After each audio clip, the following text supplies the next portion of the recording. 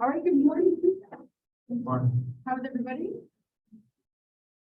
Hanging in there. It's almost to the weekend. We're almost there, right? For another weekend. Nice. I went to my first spirit store of the season. I was very excited, right? I feel like everybody's finally getting a little closer to Halloween. Like I jumped the gun by way too much to decorate your house in July. Yeah, right. I think we should start it earlier. Happy back to school Halloween, right? Like every year. Yeah. But yeah, with the spirit stores opening, made it feel like Halloween was almost here. It's coming. It's getting closer. So, oh, I had another thought, but it left me. Oh, that's what it was. I wanted to ask. Is there any notes taker? I mean, a lot of you are taking notes already. Are anyone willing? Is that okay? If you could check in with me at the end, either of you can talk about it. That would be amazing. Thank you. Thank you. You also can have that put on your transcript as well. So, which is nice. Anything to help you stand out from other people when you're applying for a college or a job is always helpful. So yeah, just check in with me at the end. Thank you for volunteering.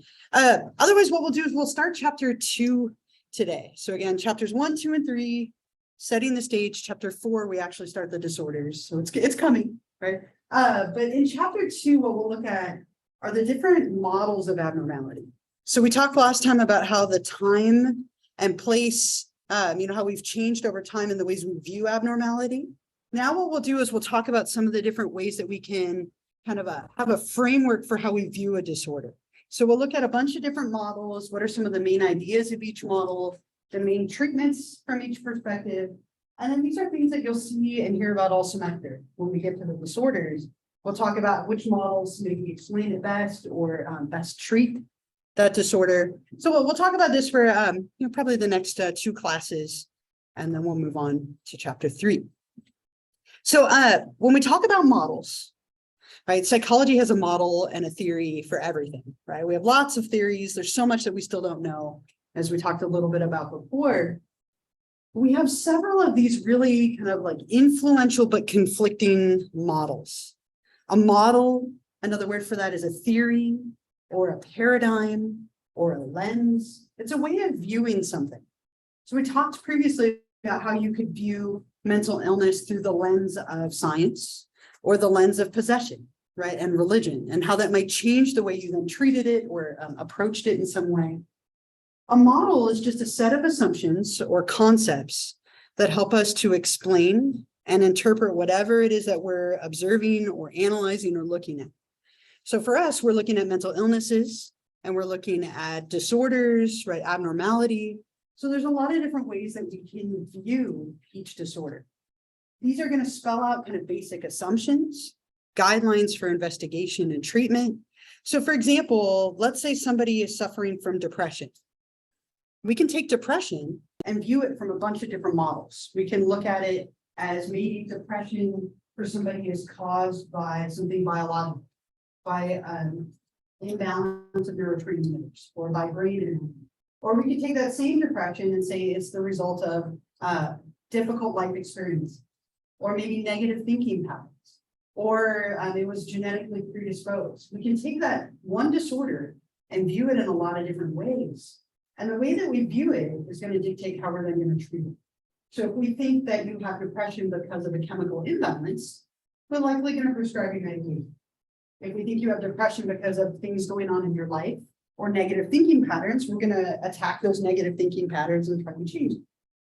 And the simple answer, and this is always true in psychology, is it's probably a combination of all of the models that actually captures what we're looking at. But we'll look at each one separately just so that we can see how they might approach it.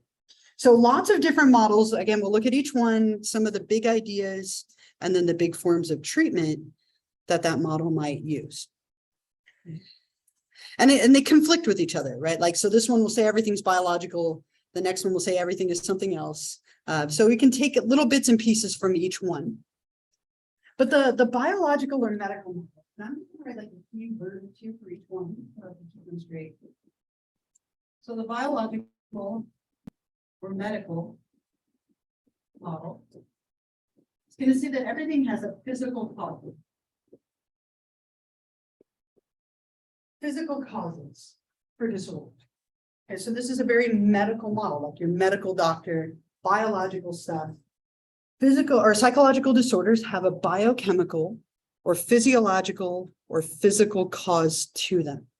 And some of those big culprits that might cause mental illness from this model, from this perspective, are things like brain anatomy, brain chemistry, genetics, and viral infections. These are some of the big culprits from a biological perspective. When it comes to brain anatomy, right, somebody might have damage to a part of their brain that's causing them to have issues, right? Maybe part of their brain isn't functioning properly. It's like understimulated, and that's causing them to have depression or anxiety or struggles with something in the realm that we're talking about. Brain chemistry is the really big one though here, right? Neurotransmitters and brain circuits. How many of you took intro psych? Just by show of hands. Right? It's like a recommended prep, but most of you, that's great. I'm sure you talked about neurotransmitters and how neurons communicate with each other a little bit. I'm going to draw you the most beautiful neuron right now. Brace yourself. I have to set the bar like really low. Art isn't my strong suit. And like, okay, so here are the little dendrites. Doesn't look so bad so far. I just stopped there and we're good. Okay. Here's the nucleus. This will be like a long axon, and then at the other end, we have the little terminal buttons. I mean, that could be worse, right? I heard one laugh. My kids know better than to ask me to draw stuff. They're always like, I'll ask mom. You're smart. But if this is the nucleus and these are the little dendrites on this end, neurotransmitters play a huge role in the way our neurons communicate with each other. Right? Neurons communicate through an electrochemical process. That electrical piece is made up of little things called ions that are inside and outside of a neuron. Right? Little positive ions or negative ions. And when something happens and we need to send a message, which we're doing constantly, our neurons are constantly communicating with each other, little gates open up, very high-tech process here. Right? And the positive ones flow in, the negative ones flow out, and it causes an electrical change to happen in this neuron. That starts this process of communication happening and action potential occurring. And it travels down the long axon and it reaches these little terminal buttons at the end. And these terminal buttons hold chemicals called neurotransmitters. Neurotransmitters that release from these buttons, and they float across the synapse to the next beautiful neuron. It's a shame you can't see it. It's like phenomenal. It's behind the thing here. They go to the next one and they keep this message going, like dominoes, right? One to the another to another to another. And these little neurotransmitters that are released from the neuron, from these little buttons at the end, play a huge role in behavior and thinking and emotions. Can anyone give me an example of a neurotransmitter? What's a neurotransmitter that you know? Is that a hint? Dopamine. Love it. Perfect. Big one, right? What's another one? Serotonin. Anybody have another one? Yeah. GABA. Love it. Anyone else? Yeah. It's always that long where it's like norepinephrine or whatever. Norepinephrine. Yeah, you had it. You got it. Norepinephrine, glutamate, acetylcholine. There's a bunch of these. There's a ton of different neurotransmitters. When they're working properly, everything's great. But some disorders, people have too much of a neurotransmitter or not enough of a neurotransmitter, and it causes things like depression, schizophrenia, anxiety. And so from this perspective, then we can look at medications to help with that, which we'll talk about in a minute. But neurotransmitters are one of the biggest culprits, especially in this model. That brain chemistry element plays a big role in people developing mental illness. Brain circuits, this is kind of a new one. We'll talk about this a lot when we get to depression. There are clusters of brain structures that work together and can work together in kind of maladaptive ways to cause disorders. With depression, there's a brain circuit where different parts are underactive or overactive, And it's thought that it can lead to things like depression or anxiety or schizophrenia. Again, all these disorders we're talking about. Genetics is another one from this perspective. You can inherit a propensity to get a disorder. If you have a biological parent who has a mental illness, you might be slightly more susceptible than the average person to getting it. It doesn't mean you're doomed to get it, but you might be more vulnerable than somebody who doesn't have a biological parent or sibling who has one. There are also certain viral infections, especially during times of like pregnancy, prenatal influences that can play a role. And so these are all the things from this model that we would look at to explain why somebody might develop a certain disorder. And if we believe one of these things to be true, then we're going to utilize some common methods to treat them. By far, the most common method in this group is medication. Medications to alter neurotransmitters. Right? So if somebody has too much dopamine causing them to have hallucinations, then we give them a medication like an antipsychotic drug to reduce dopamine and thereby reduce the hallucinations and delusions. Depression, you can give someone a medication to change the amount of serotonin they have to help change and alleviate some of that depression. So there's an incredible number of medications that we tend to use. There are a couple of other treatments in this model that aren't nearly as common, but they are used. Brain stimulation methods. And we'll talk about this a lot in depression or mood disorder unit. But we can do different ways of stimulating the brain as a way to try and treat mental illness. Now, this would never be the first approach, right? Like we typically try medication first, but in cases where someone is very unresponsive to medication, we might consider something like electroconvulsive therapy or transcranial magnetic stimulation. There's a bunch of these, which again, we'll talk about a little bit more later.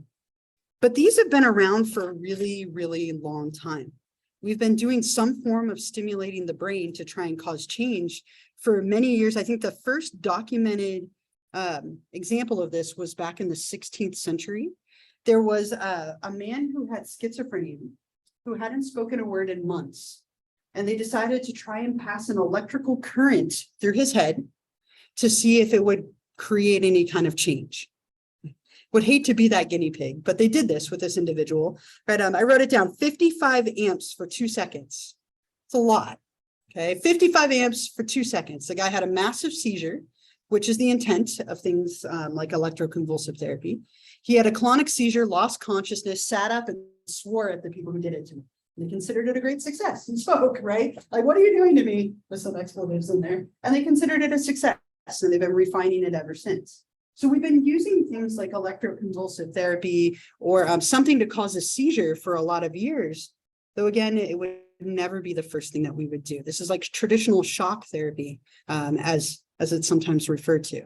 And I have a little example of this. I mentioned the movie One Flew Over the Cuckoo's Nest. There's a lot of electroconvulsive therapy in there. I want to show you what this used to look like. It's been refined a little bit. It's less intense and cruel in a way now than it used to be, but it is definitely still used. Let me show you what this can look like. Down, he has something in there so he doesn't bite his tongue. People would oftentimes hurt themselves really badly during early forms of this procedure. It would have a lot of side effects, but it would alleviate depression. And we didn't really understand why. For years, we didn't understand why until we discovered a brain circuit for depression. And then it kind of started to come into place a little bit. But electroconvulsive therapy, which you just saw there, is definitely still used today. It's not used very often. It's not the first line of defense, but it's helpful for people who are unresponsive to medication. It's thought to reboot the brain in a way, increase activity in the frontal lobe and a few other areas. It does have a lot of side effects. People have memory loss. And sometimes do feel very groggy and confused and disoriented, but it has been shown to be somewhat helpful for people who have severe depression and a few other disorders. So in some cases, we might consider these, again, medications by far the most common. And even more rare might be something like a psychosurgery or a neurosurgery. If there's damage to a part of the brain and we can repair it, that's something we might explore. Much more common than that, there was a case of a guy who was having really bad seizures. And so they severed the corpus callosum, the thick band of nerve fibers that connects the left and right brain sides together. And by doing that, you can isolate out the seizures to one side. That'd be one example of like a psychosurgery or a neurosurgery. Pretty rare, but they definitely do happen. Most common by far, again, being medication. So all of these are biological treatments in case we view a disorder as having biological causes. Any thoughts, questions, comments, anything here before we go to the next model? This is a big model, right? A lot of biological causes for disorders between the genetics and the neurotransmitters and so on. Questions? Yeah. It's kind of more of a comment. Yeah. So I work for a company that works with neural development. Okay. And we get a lot of clients come in with depression, anxiety, mental disorders, people who have gone through rehab, addiction, X, Y, and Z. And like throughout the program, you can really see, because it's not like, and you don't force them to do anything. It's not like, sure, but it's really interesting how many approaches there really are to mental health and like biomedical treatments and all that jazz. So I just want to put that out there. yeah, no, thank you for sharing. That's really interesting, right? And there are so many different ways you can treat stuff, right? And we're constantly discovering new ones, but I love that, right?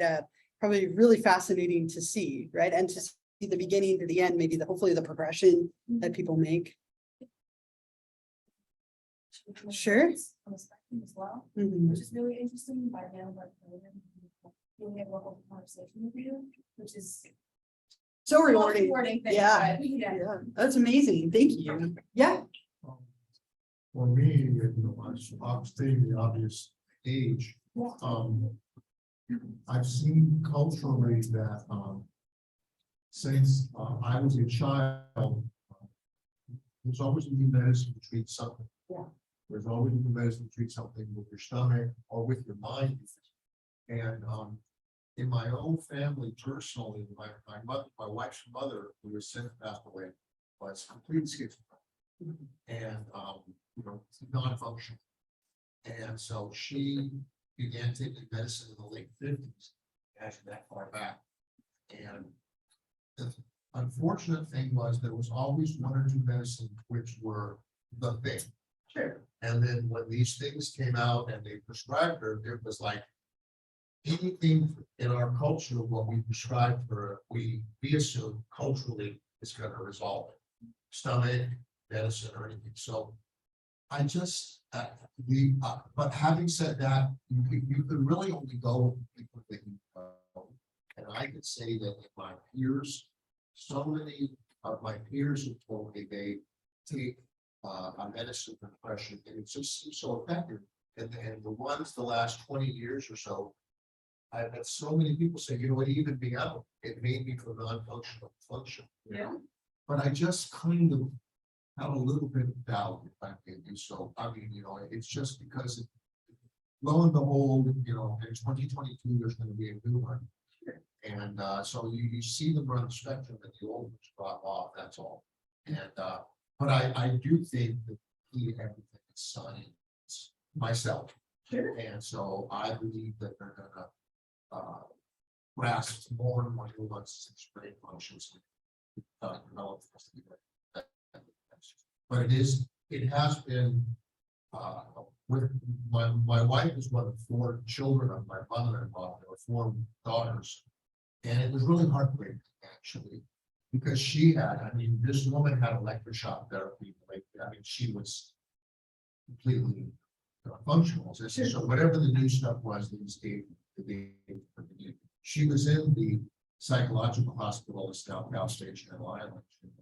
So I guess, like I said, I just have a little bit of skepticism about the flavor.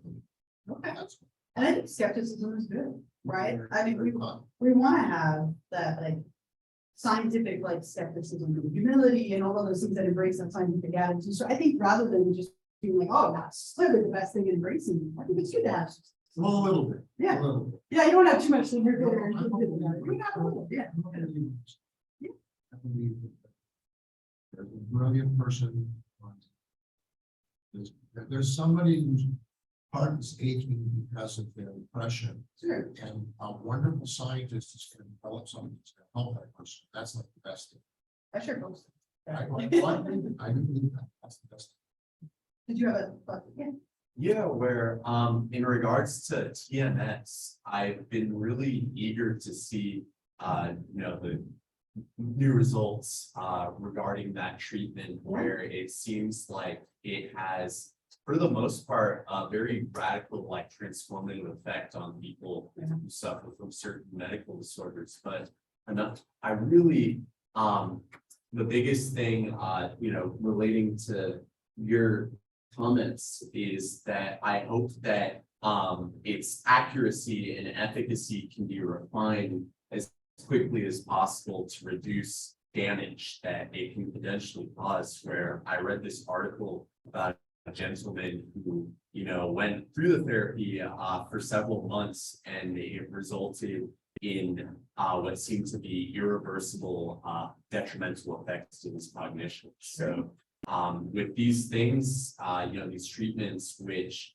are always improving over time, there is necessarily going to be, either outliers or maybe even a larger percentage of individuals who suffer from them. So it's just a sort of fact of science, but the progress, it's great. Yeah, we're getting there, right? And there's always going to be advantages and disadvantages and pros and cons to every treatment. People who respond typically and atypically. And TMS, transcranial magnetic stimulation, if you're wondering what TMS is, we'll talk about that more in the mood disorder unit, right?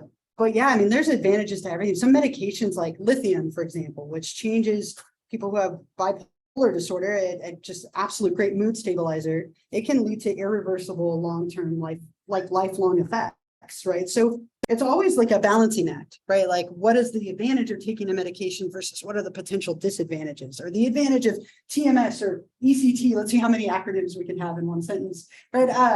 What are the advantages versus disadvantages? So yeah, we're constantly developing new things, and I'm always curious to see what the future will hold too. Hopefully good things, or hopefully good things.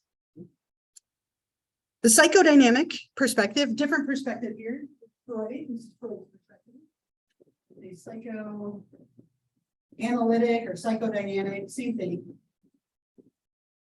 Basically, analysis of the mind is what psychoanalytic stands for. We talked a lot about unconscious factors. I could say early childhood. And then I'm going to add sexual and aggressive urges.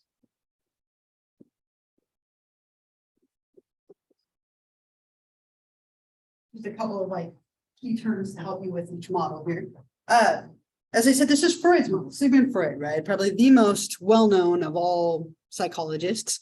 He always has a cigar in his hand, always, right? That's how you know it's him. It's actually what killed him. As a side note, he died of cancer of the mouth from smoking cigars his entire life. It didn't stop him from smoking cigars after multiple surgeries. Really interesting guy, a lot of issues with his theories, but he was one of the first. Right. So even though his theories are very flawed, very sexist, a lot of issues, controversial, he still put out a lot of thoughts that everybody after him has built on. Right. So he kind of has a special place despite it being far from perfect. Really well known for this idea of the unconscious mind. The unconscious mind is all of the stuff that you're not normally aware of, that you're not aware of in any given moment. Right. So the unconscious is stuff that he would say is buried deep down below the surface, right? And we sometimes use the analogy of an iceberg for this, right? Like, so if we have a little iceberg, my iceberg here, the water line, right? Everything above the water would be what is conscious. What you are aware of right now, right? That everything going on in the current moment, things that are immediate. I can't help this. I want to draw a boat, like a Titanic. Here's Jack. I can't help. I had to connect the little steamers up there, right? So conscious, what's right below, we could say, is the subconscious or the pre-conscious. You probably weren't thinking about what you had for breakfast until I bring it up, right? Now it's on your mind, right? Maybe you want it again, right? But you're thinking about it now because I just brought it up. right? The pre-conscious or subconscious is stuff that's just below the surface that you're not thinking about, but you can bring it up very easily should you want to. The unconscious would be down here. Stuff that's buried deep down. And Freud believed that the unconscious mind was a huge contributor to your personality, to mental illness. He said the unconscious mind would come out in a couple of different ways. It often would come out in dreams. Freud loved dream interpretation. We talk a lot about the themes that would come up in dreams and how they could be meaningful.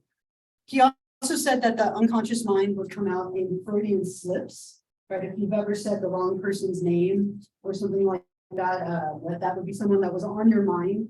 Or I had a biology teacher in high school, and he would always say orgasm instead of organism. And we're like, we know what you're thinking about. Like, he'd be like, this orgasm. And we're like, I'm sorry, organism. Like, and it was like a long-term ongoing joke. We're like, we know what's on your mind. Like, Freudian slips are credited to him, little kind of reveals of the unconscious mind, but dreams, much, much more so.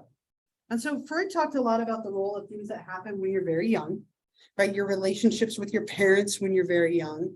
A lot of like sexuality. He's well known for a term called libido,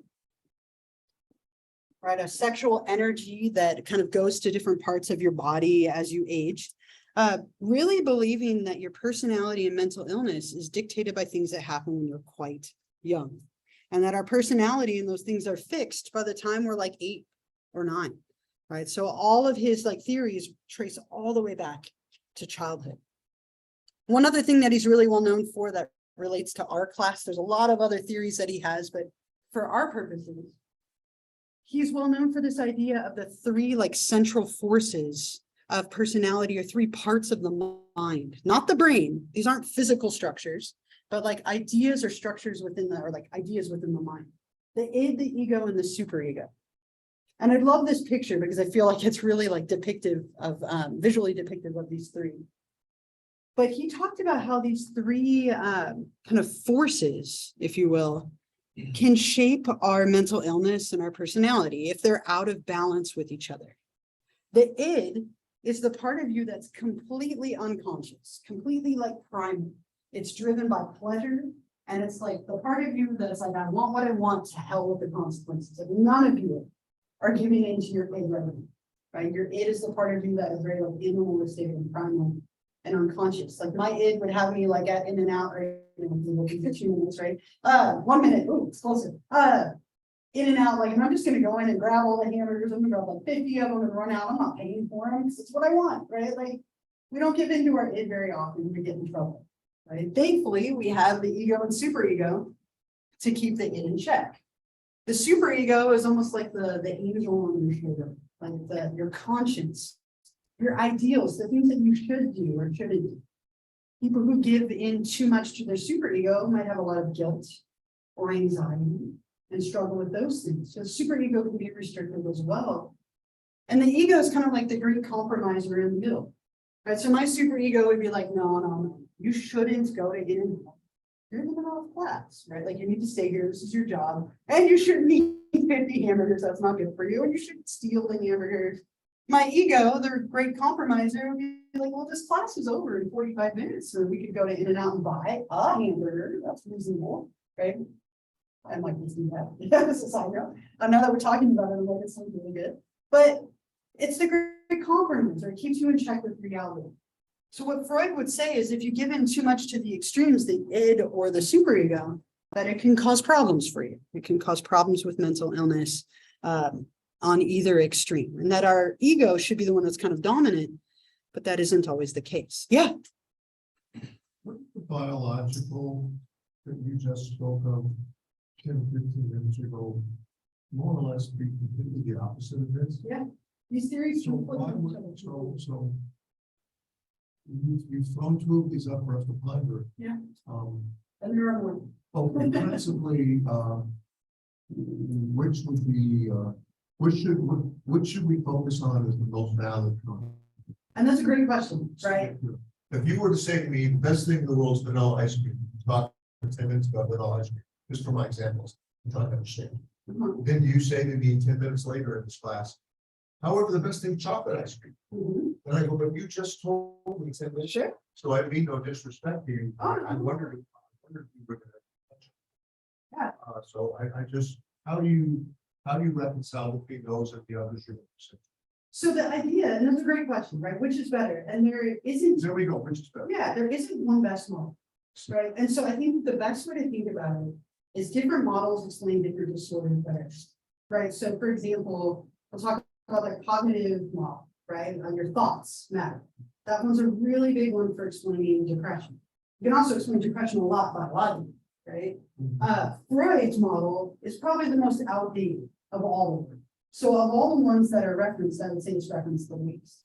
So the way that most people work, most therapists, most psychologists, is they embrace a trend called eclecticism.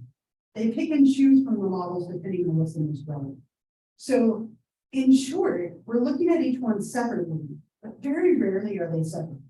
So oftentimes if somebody comes into a therapist, that therapist might embrace some psychoanalytic techniques. They also might embrace some cognitive ones, some behavioral ones. They kind of pick and choose depending on the client, depending on the disorder, depending on what's most appropriate. So the best model in a way is to combine them all. And that's typically what we do. If you were to say that this person's depression is a cause of all of these factors interacting with each other, it's always going to be more accurate than saying, oh, it's purely this. So we're looking at them separately, but they all are typically used together. In I mean, you're still teaching it. Yeah. You've filled up a slide. Yeah. I was a little surprised. Oh, Freud was a special place because he was the first.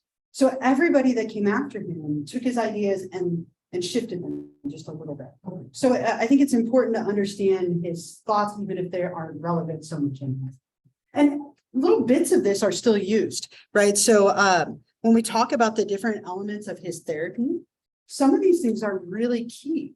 Transference is a big thing that is talked about in therapy. Even if we don't accept his whole model, this element of it is worthwhile. So I think that's the big takeaway is that all of these together, we pick and choose bits. And there are certain models that are better for certain disorders, if that makes sense. I hope we went decide which ones are better. Yeah, as we go through the disorders. Mhm. So when we talk about, like, for example, generalized anxiety, we'll look at which models explain that best and dictate treatment.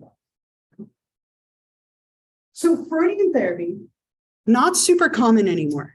Okay, people use, as I just said, elements of it, but to use it 100% on its own, it doesn't tend to be the most common because it's a very long-winded, long type of therapy. People typically would see like a Freudian therapist for years and years, multiple times a week, and you develop quite a relationship with them. But it is a type of therapy that does have some pieces that we might use.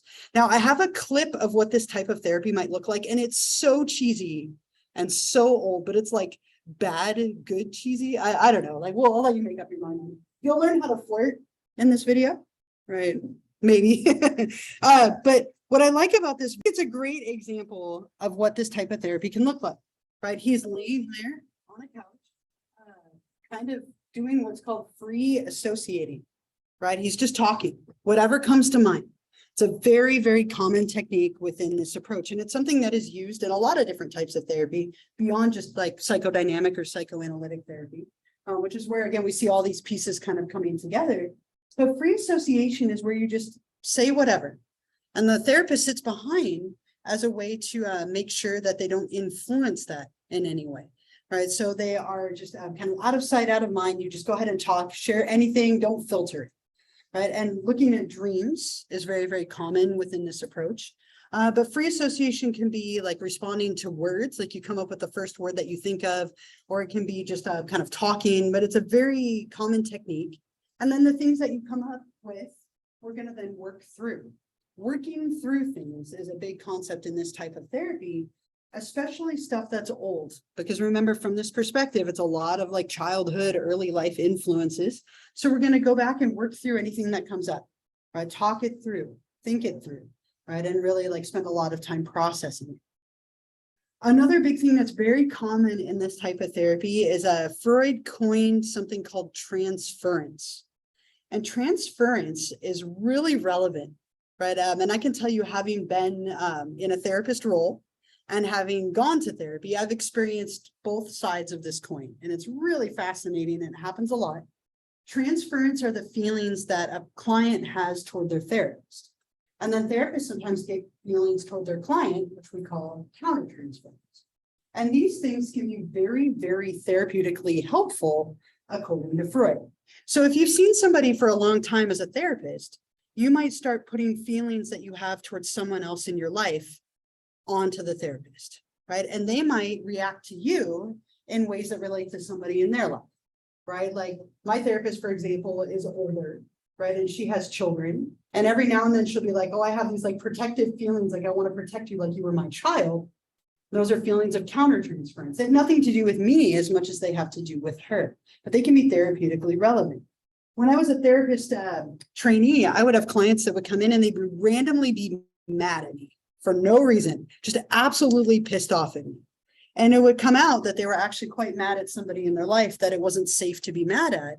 And they had kind of redirected that at me as a safe partner. Right. So things like transference are used in almost every type of therapy, very much coined by Freud. It can be something that can be helpful for working through and analyzing things going on in the present. So again, this isn't typically used in isolation, but elements of this, like the dream interpretation, the transference piece and free association and so on, are often used as parts of other types of therapy. Yeah. I was going to say a really great example of reflectivism is, the role that dream analysis plays, in conjunction with neuroscience, with oneurology, where, in order to have a greater understanding of, the phenomena that take place in dreams, we have to get, the patient's own, personal subjective interpretation, and then the actual data that, put them up and observe what happens. Where they are in no way, they don't need to be mutually exclusive or evaluated in a sense that, is so objective and limited. Yeah, and then you're blending perspectives, right? You are evaluating somebody with some kind of like, biological technique, some kind of neurophysiological technique, but you're also looking at dreams and your subjective unconscious like experiences of that. You're blending them together, right? And that's exactly what a lot of therapists do. But if any of you go to therapy, your therapists probably use a little bit of everything depending on the day, depending on what's going on, the disorder and so on. It's very, very common to blend them. It's also important to understand them all separate. Okay. Oops, it froze on me. The behavioral model is another one. From the behavioral perspective, let me write this up here.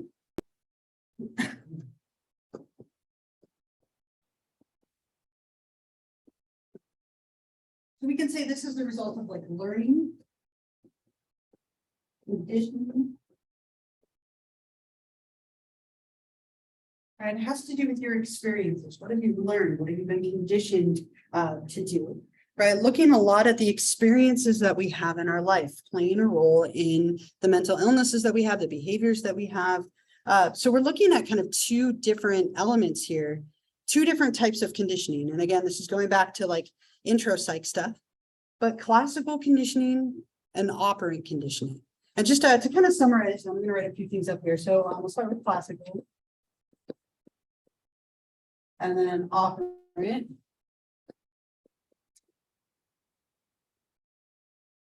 Classical conditioning was Pavlov.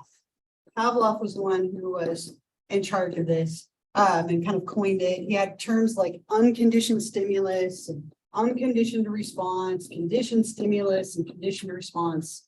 He was known for his little experiment with dogs, right? That dogs salivate naturally to food. He would ring a bell and then present food. Ring a bell, present food. Ring a bell, present food. And all of a sudden, the dogs would salivate to the bell instead of the food. Right? They had learned to associate. This is all about associations.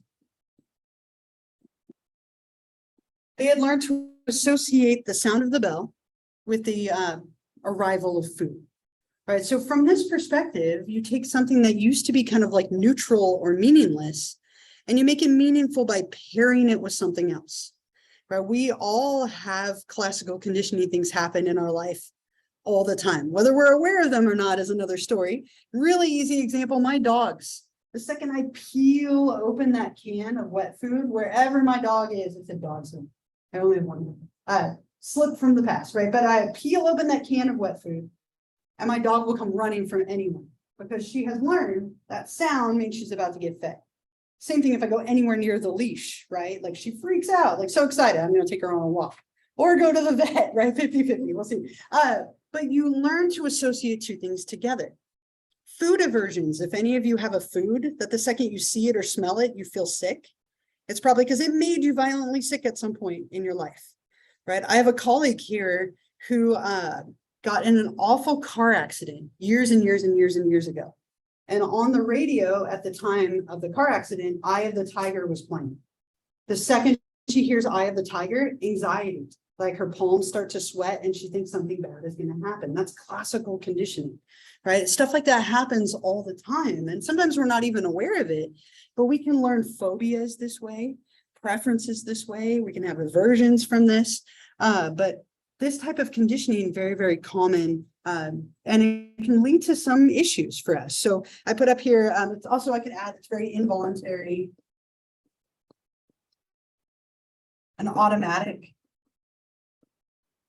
Oftentimes you don't even necessarily realize it's happening to you, right? But we can learn a lot of preferences this way, likes and dislikes, fears, anxieties, very, very common. I have a little video of Pavlov's experiment. I can share that with you if that might be helpful for like some of these terms. It's brief, but I think it's a good little like review in case that's feeling far away from when you learned about classical conditioning. So I'll play this for a really quick overview of Pavlov's work, right? That he trained these dogs to salivate. Again, oftentimes can end up pairing things together that we may or may not be aware of. Phobias, as I mentioned, are really, really common, commonly developed this way, where people learn to associate one event with another one, right? And so then we can try and change that through conditioning as well, which is a focus of a lot of the therapies. There's also one other type of conditioning, and that's operant conditioning, right? And this is something that was made very famous by people like B.F. Skinner. It has terms like reinforcer and punisher, punishment. And it's all about the consequences. If I do this behavior, what happens next, right? If I clean the house for my partner, does she say thank you and like be grateful, or does she not even notice? That's going to dictate whether I do it again or not, right? It doesn't even notice. No way I'm going to clean the house again. It's like thankful and grateful. I'm the best partner ever. I'll clean the house again, right? Flexible, right? If I've been rewarded for something, I'm going to do it again. If I've been punished for something, I'm going to be less likely to do it.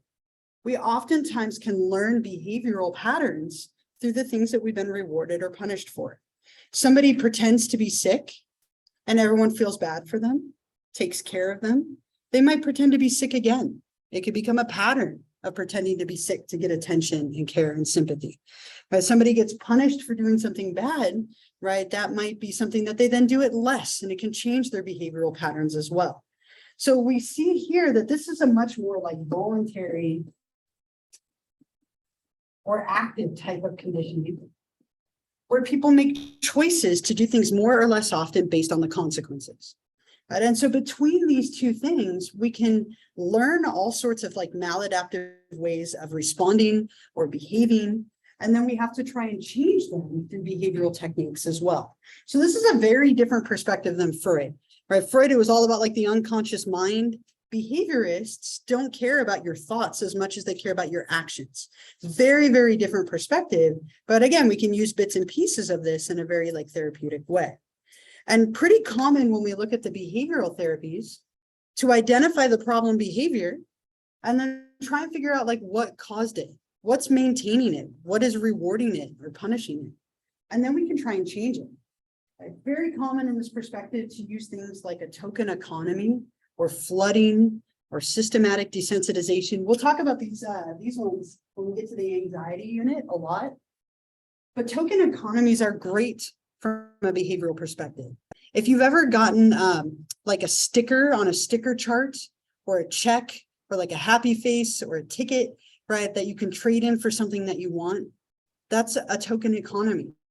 My kids come home every day from school with like, I got one little gold strip today. When I get 3 more, I can get a prize, right? That's a token economy. The teacher gave them a gold strip because they were good that day, right? If they're bad, the strip gets taken away. It's a much sadder day after school on those days. But the idea here is that we give you little tokens or stickers or rewards that you can trade in for something you want. We can kind of encourage behaviors we want this way. Or we can work with things like flooding and systematic desensitization, which are really commonly used for fears. Somebody has a phobia of spiders, for example, like me. I'm terrified of spiders. That's my big fear. I'm not a big fan of spiders. Even daddy long legs, which are like completely, like barely even a spider, can't stand it, right? Actually, I almost lost my foot to a brown recluse bite, but I had fears of spiders before then. I just solidified it forever. But very common, if someone has a fear of spiders, for example, we can go with like a massive exposure to spiders, which we call flooding. And we'll talk about this more when we get to phobias. Or we can do like a gradual systematic desensitizing to a fear of spiders. Expose someone to like a picture of a spider, and then a video of a spider, maybe a toy spider, and like work up a hierarchy. Or you put them in a tank of spiders and expose them to a massive amount of them. And if they don't die, they might be better.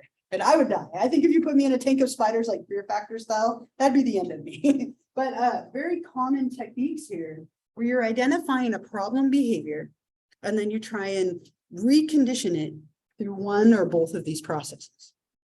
Very common in this perspective. Yeah. Would you say where it's like that? So much more commonly used, bless you, is this one, right? More people are willing to do like a gradual kind like exposure, but a lot of people do flooding kind of stuff on their own, right? Like if you're afraid of something and you face it head on, that's a form of flooding. Sure. Right. Well, everything is like working with like the way that they respond, right? But you throw yourself into the instant like in when you do something like flooding. And this is like a more controlled version, and it's much more gradual and tiny. So it tends to be more successful because people are willing to stick with it, and it's not so much. And neither of these would be sprung on you. Like you would have a conversation, it would be like decided ahead of time. You wouldn't walk in and be like, "We're doing flooding today," with no warning. But they're very commonly used, especially for phobias, for fears that people have. Yeah. I had a really weird ass experience with flooding when I was a kid, when I had really bad OCD where I was terrified of germs. Okay. I would wash my hands when I sit down. Mhm. And my therapist asked me if I would be okay with taking off my shoe and putting it on my cheek. And at first I was like, I don't know. But eventually I did it and she was like, did the germ hurt you? I was like, and that actually really helped me. Yeah. Yeah, and that's called exposure. And it's really common with fears, with things like OCD, which we'll talk about later as well. People, you maintain your fear through like the expectation that something bad will happen. And so sometimes when you do that thing and nothing bad happens, the fear tends to go away or lessen. Now, if you had gotten sick from putting the shoe on your cheek, you might have had that fear the rest of your life, right? It could backfire, but oftentimes it doesn't. And you can like face their fears or anxieties, do some kind of exposure treatment, which is exactly what that would be. The form of flooding, like a nicer form of flooding.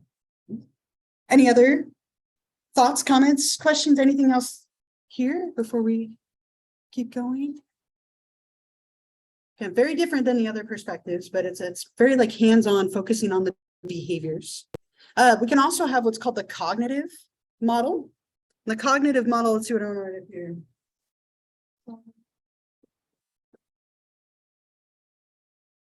Here we're looking at thinking patterns and expectations.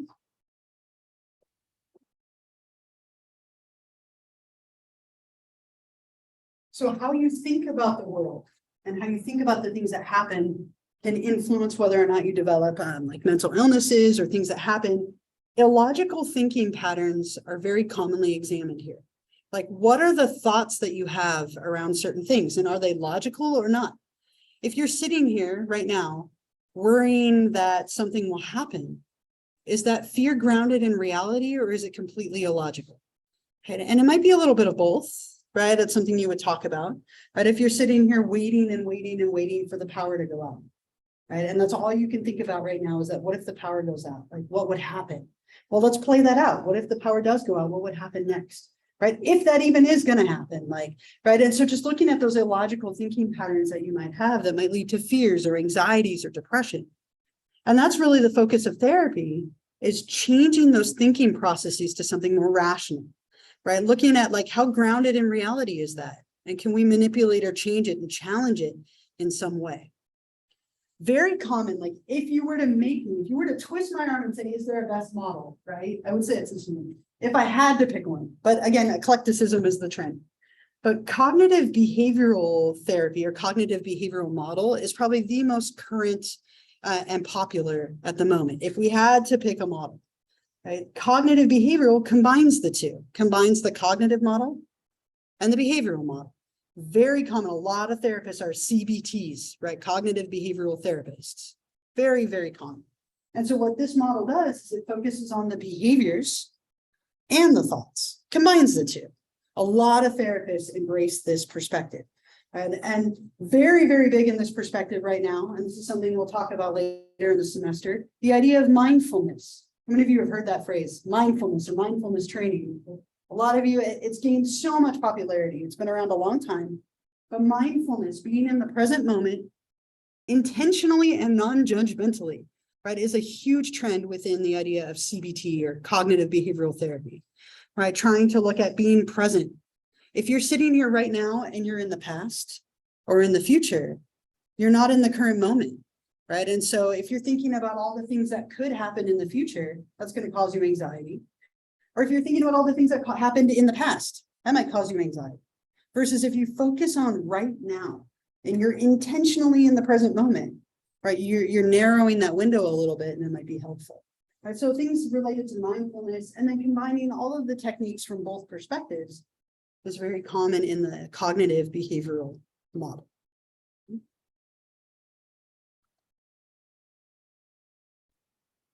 Another one, the humanistic existentialist model. I have like 2 clips with this and I'm wondering, I'm going to introduce this, but then we'll probably, I'll stop in a minute here and we'll watch them next time. Because I have a couple of video clips with this as a way to show you what this can look like.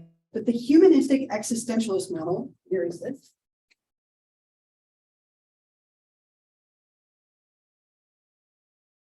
I always think in this class, I don't know why I share these thoughts with you, but I'm like, I should just keep erasing. At what point would somebody say something if I just stood up here and went like this for 20 minutes? Anyway, I could have kept that to myself, but no. All right, humanistic existential.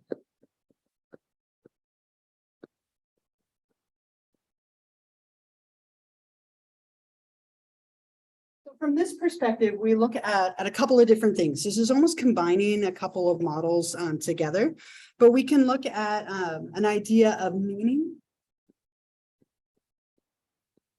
What is it that drives you? What do you find a meaning in your life? Looking at potential, kind of realizing your potential as an individual. And then the humanistic side is a lot about like goodness and growth. This model often includes things like spirituality, which is ignored by a lot of the other models. Right, so it's looking at a lot of like very positive, kind of harder to define concepts. Things like, what is the meaning of your existence? Very common from this perspective to consider doing exercises like an obituary, writing your obituary as if you were to die today. And what isn't in there that should have been? And how did you feel writing them? Right? How did it make you feel? Right, so looking at your meaning in life, what are the things that you value? What are your goals? What is it that you hope to like accomplish as your potential as a person? Right? These are all kind of concepts that fall within this range. And there's a couple of different types of therapy here. Client-centered therapy, Gestalt therapy, and existential therapy. And there was a few years back, a lot of years back, I should say, they made a video series of a young woman named Gloria working with a couple of different therapists. And the cool thing about this is the therapists take a few minutes to describe their approach, and then they work with Gloria for a period of time. And so next class, what we'll do is I'll show you two clips. One of them is Carl Rogers working with Gloria, and one of them is Fritz Perls working with Gloria, which are the first two bullets here. And polar opposite ways of doing therapy, but they both have results, right? There's no wrong way to embrace these things. It's just different from person to person. So I think what I'll do is I'll stop there so I can take attendance and make sure who's here for one last time. And we'll pick up here next time. We'll watch those videos and talk about these different approaches. So if you want to take a minute, you're welcome to pack up, and I'll take attendance one last time to see who's here, and then we'll call it a day. Stop this.